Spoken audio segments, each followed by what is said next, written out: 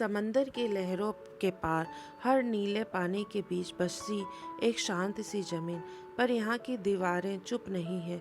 ये दीवारें चीखती हैं, गवाह हैं उस दौर की जहाँ आज़ादी की कीमत काला पानी था। नमस्ते दोस्तों, मैं हूँ अवंतिका और आप देख रहे हैं अवंतिका फ्रॉम भारत। आज हम आए हैं भारत के उस पन्ने को पलटने जिसे दर्द से भरा गया था। सेलुलर जेल, अंडमान निकोबार में स्थित वो जगह जिसे काला पानी के नाम से जाना जाता है।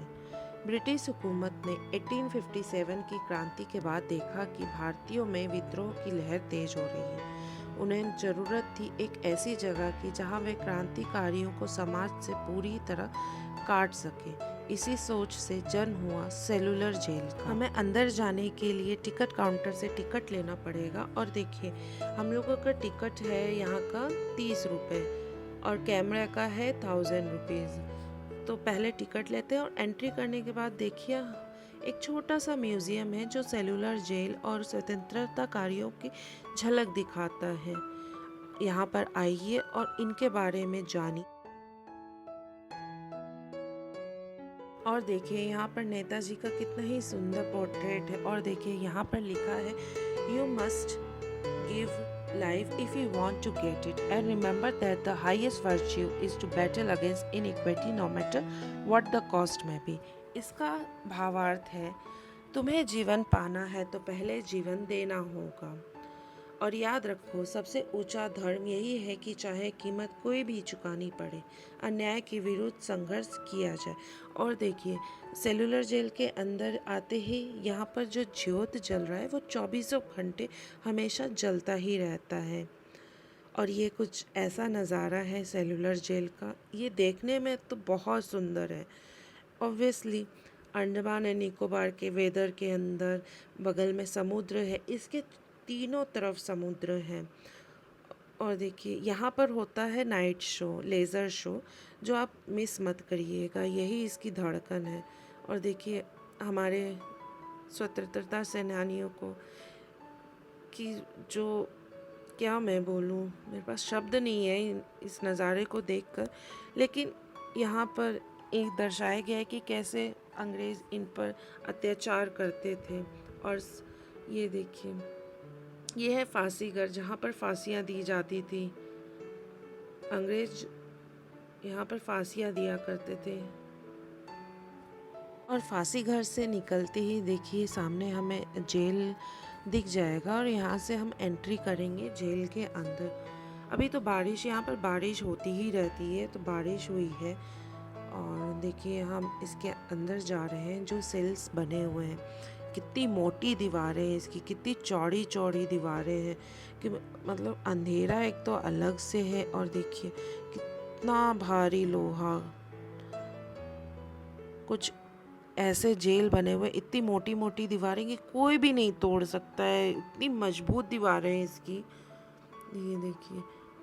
और एज यूजुअल मेरा ऑडियो, पता नहीं क्या हुआ उस दिन कि मेरा ऑडियो ही डिलीट हो गया, मिस हो गया। और देखिए मैं एक जेल के अंदर गई हूँ और देखिए बहुत अंधेरा है, बहुत ज़्यादा ही अंधेरा है और मोटी मोटी दीवारें हैं। सोचिए उस टाइम, उस समय में कैसे यहाँ पर रहते थे ये लोग।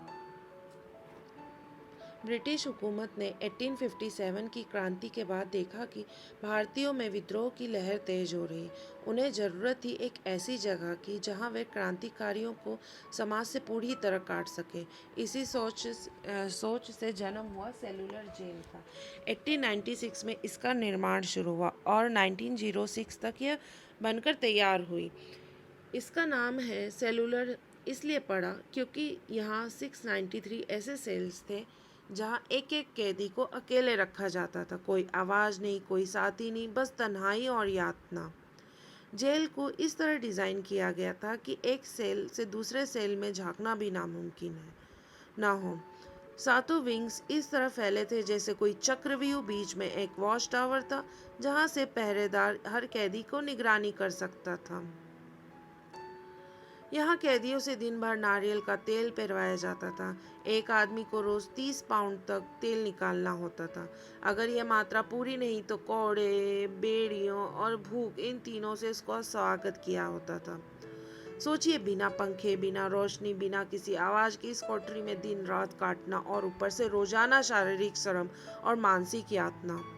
वहीं वीर सावरकर, वह नाम जिससे यहाँ के हर कोने में महसूस किया जा सकता है। उन्हें 1911 में यहाँ लाया गया था। 11 साल तक इसी जेल में सजा भुगती।